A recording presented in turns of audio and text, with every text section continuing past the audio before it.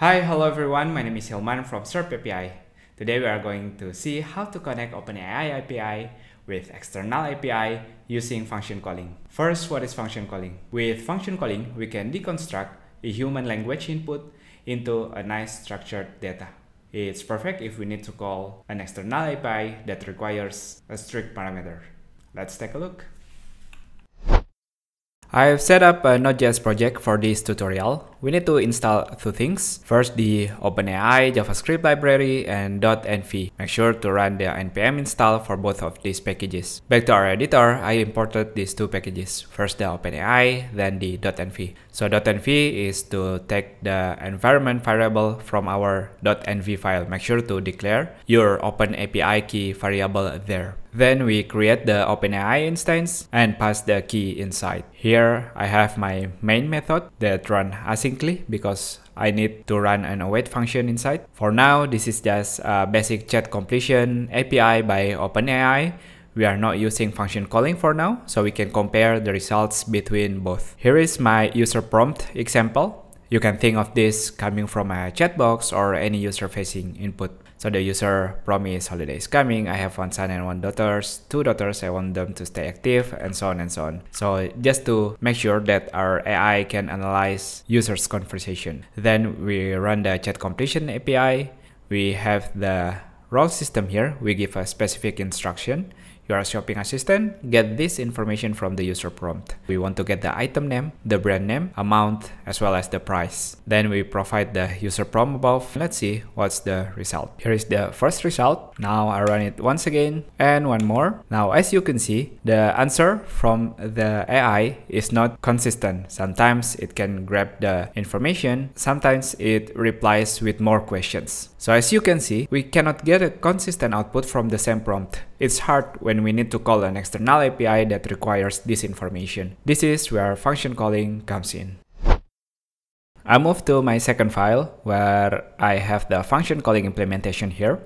So first, we need to declare the tools functions. It's in an array since we can have multiple functions. This is how the structure looks like. It consists of type and functions. In function itself, we have name, description, and parameters. This is the most important parts. Take a look at the parameters. This is the place where we need to describe exactly what information we want to extract from the user prompt. As you can see, we can also describe the data type, string, number, etc. So here I declare what properties I want to extract from the user prompt. So we already declare our functions. Now on how to use this, I'm going to jump into our chat completion, still with the same prompt, but now I have a different message here. I get rid of the system role message and only providing the user prompt directly. But now with the addition, I add tools with tool functions, which is the functions we just saw, and set the tool choice to auto. If we have multiple functions, we can change this value to the exact name of the function we want to call, or we can just leave this to auto and let the AI make the decision on what functions to call. And now to grab the results, I'll call the completion choices, the first one, message, tool calls, the first one, functions, arguments. If we have multiple functions, we might want to adjust the index number here, or even use an if conditional statement to make sure we get the results from the right function. So for now, I just print the results. Here it is. I run it 3 times. And as you can see, each time I run this function, I got the exact output. This is exactly what we want from the AI model, which is the consistent structured data like this. Once we have this information, we can now call an external API and provide our information here. So that's what function calling is.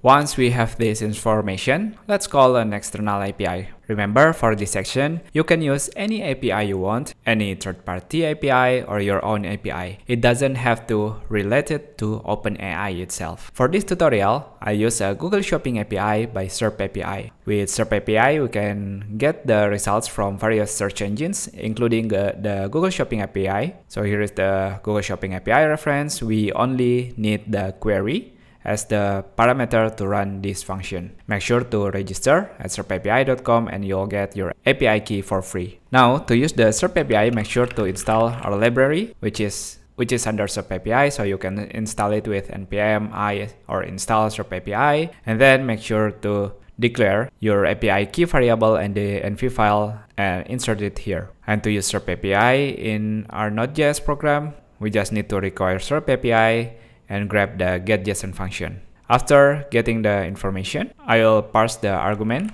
with JSON parse methods and store it in a parsed args variable. And now I run our external API function, which is the getJSON from SERP API function in this case. Just in case there's any error, we can catch the error in this line. So the engine is the Google Shopping. API key, we include the SERP API key from here. And then for the query, the required parameter we get from the parsed arguments from our function calling and grab the item. And then this is how we can filter the maximum results with this API using the TBS parameter with the strings and attach the parse argument price. So we don't need to use all the information. We can pick any relevant information from the arguments without having to use everything. In this case, I'm using the item and the price information.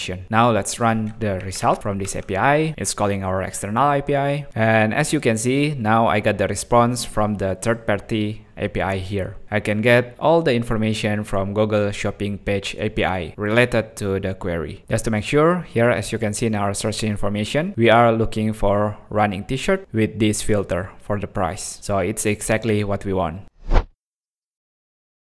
We have successfully grabbed the real-time results from external API. We can display this information programmatically on our front end, or as a bonus, we can also take a look how to access this information by text. So we will provide this JSON information to OpenAI and let OpenAI answer our user with a human natural language. So to do this, I'll request for a natural language here. There is no new API used here, nor a function calling. It's a simple chat completion method. We just let the system know that you're a shopping assistant. This is what I need for now. Just provide me the top 3 shopping results. Only get the title, price, and link. Feel free to adjust this section based on your needs. And don't forget, we will need to provide this JSON, so I will use the JSON stringify and get only the shopping results from our API results. Feel free to also adjust this section based on the API you are using. Now I'll get the natural response message. So instead of getting the API response again, I'll now request for natural language like this. So our AI now answer with the most relevant information based on our user needs, which is running t-shirt here with this filtered price. We can also click on the link here and we can see it's pointing to the right link. So the information is real and up to date because our API.